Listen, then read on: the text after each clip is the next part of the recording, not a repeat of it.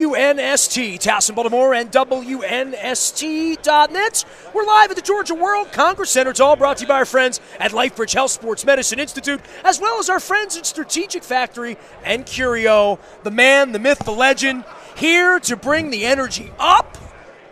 The man from Buffalo, New York. Oh, I have to follow that to bring the energy up from that intro. Good to see you, Nestor. Good to be with you, man. Jaworski here, the man, the myth, the legend. What's up, Jaws? How are you, man? Oh, just having a good time. Super Bowl week, media row, radio row. It's been a blast all week. Looking forward to the game. Obviously, I think the Patriots, heavy favorites, are going to win the game. Yeah, I have no doubt about that. Arena football, I know you love talking about it. It's your thing. It's your soul, for sure. Wait. We got to take it another level. It's much more than the Philadelphia Soul. It's the Albany Empire and the Atlantic City new franchise coming in. Of course, your Baltimore team now is the reigning Arena Football League championship team. Oh, no, they're not. The Washington Valor, I thought, would get Same owner. Same owner. And so we are expanding the league. In Atlantic City, we'll be announcing Columbus. That'll be 6 teams this year. We will get to 12 teams in 2020 and grow the league. There's an opportunity for arena football to continue to grow. Well, you're the most outspoken person, this side of Kurt Warner, I would say, or people who've had their lives impacted. What's gone wrong? What's gone right? Just give me a little 2 minutes, then we'll get to what's going here. I'm with you. The Arena Football League has been around 32 years. It's sustained a lot of ups and downs, and most of those down moves have been self-inflicted wounds by bad ownership that didn't commit themselves to being successful on the field, in the community, and running the business the right way. We now have a group of owners that are committed to doing it the right way. In Philadelphia, we average almost 11,000 people a game. How many years you been involved? 2 decades? 15 years. 15 years. 2003, we got the team, and we started playing in 2004. We've won 3 championships. We're very proud of that. But it's more than just that. It's the game. It's the players. Being around these young guys keeps me young. 2 of our players at the Soul last year will now be playing with Atlanta in the AAF team. So we're developing players. We send players to NFL training camps every single year. But it's more than just developing players. It's developing coaches, front office personnel, athletic trainers, doctors, media people. All have an opportunity to do what they like to do, be involved with sports. People like to be involved with the game. And the Arena Football League is good, clean, affordable, fun football, and we're going to grow it. Ted Leonsis is committed to making this happen, and Ted will put his resources, his intelligence, and Monumental Sports behind it, and this league is going to grow. Ron Jaworski's here. We're here, a little arena, and I definitely want to get to why you're here and talking about Payne and DJO and all that. But I want to talk about Joe Flacco, because this is sort of near and dear, and Luke can welcome him in on this. 7 years ago, we won a championship. I went up to your hometown. I'm up there in Haddonfield, and I run around Audubon, and Joe's showing me the field where, you could see Center City from where he is and where his grandparents played football on the field. He's your golf partner. One of my favorite, and everyone knows this, Joe Flacco is my favorite all-time Baltimore athlete. I've done this 35 years. I think I'm a good judge of a lot of different things. Joe's my all-time, and I'm not heartbroken that he's gone or that he didn't get to throw a final pass against the Chargers or any of that, but I think he's got football left. I might be wrong, might be laughing at me 2 years from now, but over the next 2 or 3 years, if he's here wearing a Jaguar helmet or here wearing a Bronco helmet or here wearing a Dolphin helmet, I'm going to say, I told you that it's possible. Not that he did or that he might, but I don't think he's done. I'll go beyond that. I believe it will happen. What? In Washington, who knows where he? Hey, who knows where he might end up? They are looking. He could drive from Haddonfield down to Washington D.C. or the suburbs of Washington D.C. But I agree with you. Don't do it, Joe. Hey, Joe's going to go where the best opportunity presents itself to get back to his elite status as a quarterback. Joe is an outstanding player, and Joe is the kind of guy, and you know him. We've been friends since high school. When Joe was in high school, Audubon High School. I know his family. I know the character of the man. Tell me the first time you met him. After it was I went to a high school game in Audubon High School. Someone said, you got to see this kid Flacco. And he's a sophomore like that? I don't know what year it was in. I can't remember yesterday. But his team stunk famously. No, it wasn't a great a great team that he played on. He goes to Pitt. Things fall apart at Pitt. He goes to Delaware. I saw him play at Delaware because my son was going to Delaware at the same time. I knew Casey Keeler, the coach down there. I mean, Casey had called me to come and take a look at Joe. He felt that strongly about him. When I saw Joe from high school to Delaware, I mean, it was a different guy. I mean, he had matured. The arm strength was ridiculous. And Joe's not going to blow you away with this outgoing personality. But inside of him burns an incredible furnace for success. That guy, he doesn't possess. You don't see. I can't think of anything that could possibly have pissed him off or tickled the wrong button more than what's going on with him over the last. And he's not going to say it. He won't say a word. And I know you're not going to say it, but in your mind watching this unfold, I don't want to say it's fair or unfair, and Lucas said, well, maybe they might want to have signed some guys on the offensive line. Maybe they might want to have given him some tight ends that were healthy. Maybe they might want to give him a running game. And all that's going to be ancient history now, and we're going to march on with Lamar, and I got half of an 8 here in my shirt, and it's all cool. But I hope Joe does well. I am rooting for Joe in a way I don't think I've ever rooted for a player after they left our organization. Well, the good thing is I think he's going to have a say in where he ends up. And he's going to want to go to a place where you can say, well, there'll at least be a good offensive line. 'Cause I don't care where you go. If you're a quarterback, don't look at the wide receivers. Don't look at the ranks. Look at that offensive line. It's got to be the guys up front. Up the road, where's our success in Philly? It's been, hey, that offensive line, defensive line. You got to have those guys protecting Joe Flacco. He's a pocket passer. He's a timing rhythm quarterback. If you give him the ability to plant on that back foot, drive off that back foot, snap the hips and throw the football, there's none better. There's none better when you protect Joe and give him time. He will find people. He's as good a deep ball thrower as there is in the game. You got to have guys that can go deep to get it. You got to have time to let him go deep and get it. All those things fell apart the last couple of years, in my opinion, in Baltimore. You can blame it on Joe. We're going to find out about Lamar Jackson, by the way. We saw what San Diego did.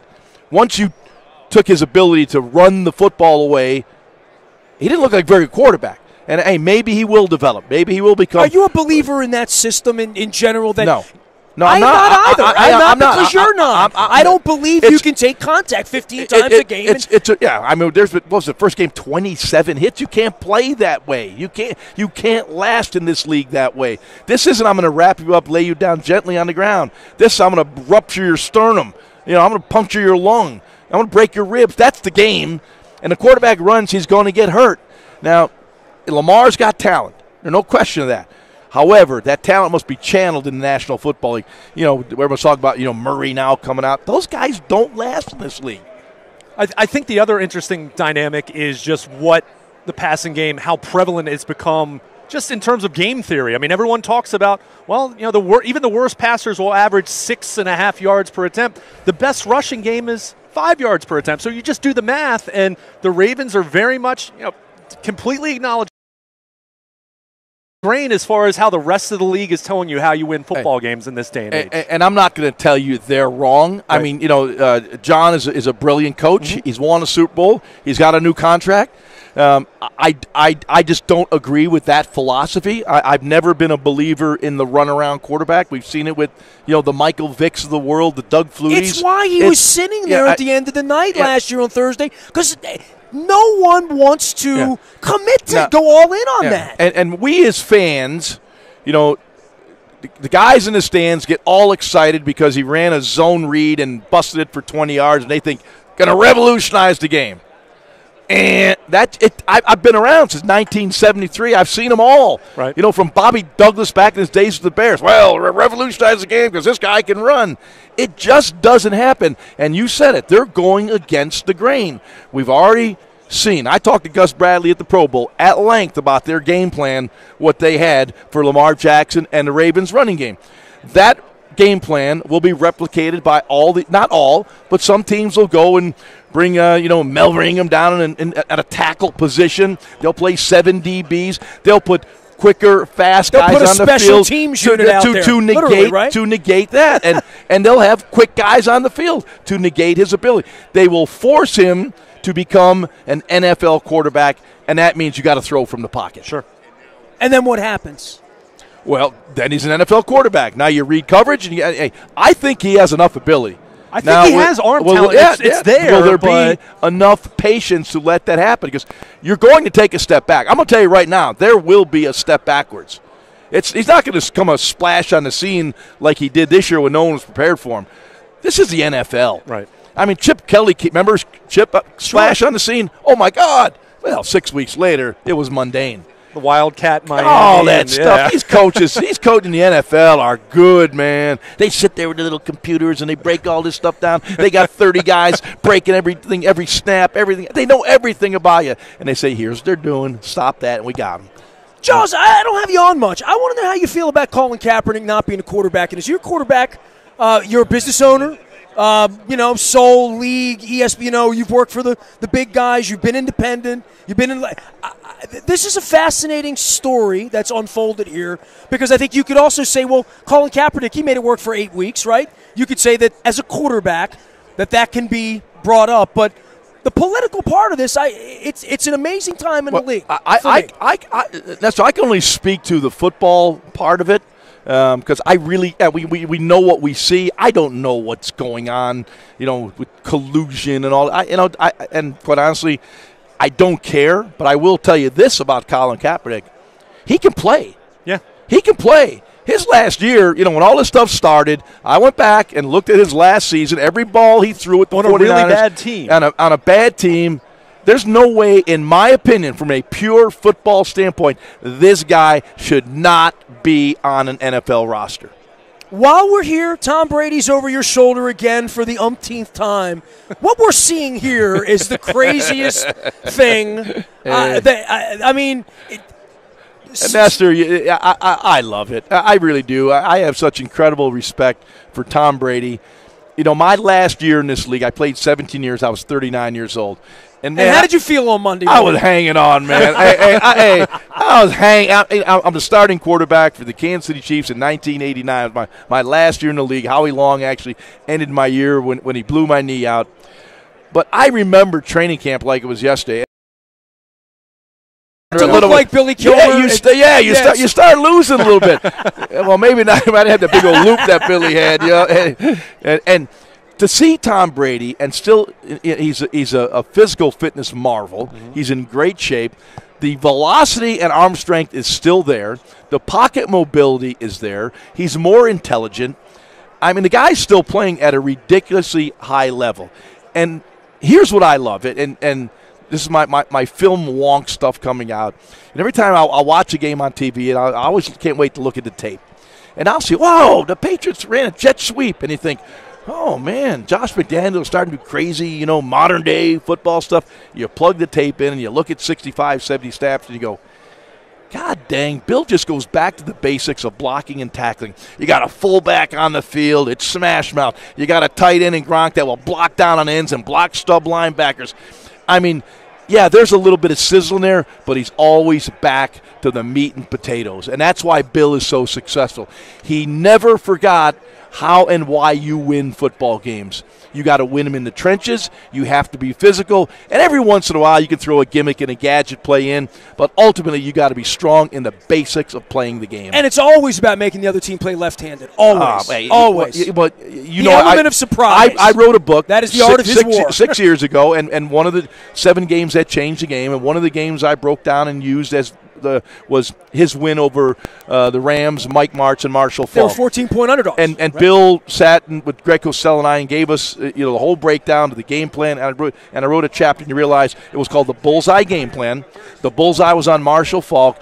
Not that he didn't care about anyone else, but he said, that guy's not beating me. Mm-hmm. And everywhere he went, they disrupted Marshall Faulk. They ended up winning the game. So there will be a bullseye plan this week. We just don't know who it's going to be on. Ron Jaworski is here. Tell everybody why you're here. Every year you're coming by and doing a good turn. This year it's DJO and the Empower 3D knee. Sounds like something I never want to have, but if I need it, I'm glad that they're there for me. And as you're saying that, I'm knocking on wood because I do not need DJO yet. They're knee replacements. I am healthy. I had chondromalacia in my right knee. I've had 75% of my cartilage gone. Yeah, so that's a fact. Yeah, I mean, so I don't know. Your time's probably coming. I'm a candidate? Yeah. Well, hey, talk to these guys. So right. don't ask me. Well, now, hold on. Now I'm paying attention. But I'm here spreading the word. There are 20,000 former NFL players out there in the population, and obviously a lot more people that just have knee problems, shoulder problems. I got a little frozen shoulder here. But these guys at DJO, and I'm spreading the good word about how good they are, the type of people they are. I've been spending 2 days with them. They've got a great product. They know what they're doing. And for people that are just, might think they need knee replacement, it's DJO.com. Get to these guys. They are phenomenal. I can honestly say I had my knee cut on in the summer of 06. I have never thought maybe I might need that somewhere down the line. And I just told you about my diagnosis, and now I'm like, a higher patient satisfaction rating. Okay, so I'm reading up. Well, I hope you don't need it. But I if hope you I don't need do, it. go see the guys at DJO. Hey, man, You're the best, man. All right, thank you, guys. Always love Thank you time so with much. you. Oh, I love it, man. All these years. How's my energy? All right? Did I match in energy? One day, honey, so my bucket list. I did a week with Tony Robbins last month, so I'm writing bucket list things down. I want to have a cheesesteak with Jaws in Philly. Oh, yeah. Hey, by the Just way, one day, you know your rims on your glasses, I love them. Those are the Philadelphia Soul colors, so I may have to get a pair of those. It's all about soul. It's all about soul. That's what John Bon Jovi says. Yeah, get up, man. Get out of here. Go join somebody else. Thanks, guys. Love there he goes, man. Dropping the mic. Boom, there it goes. We're on Radio Row, the Georgia World Congress in Atlanta, Georgia. Luke and I will be here all week long. Everything we're doing is out in the buy, a Toyota.com audio vault. I have my Baldy energy drink here in my starts like this, and Lee Stein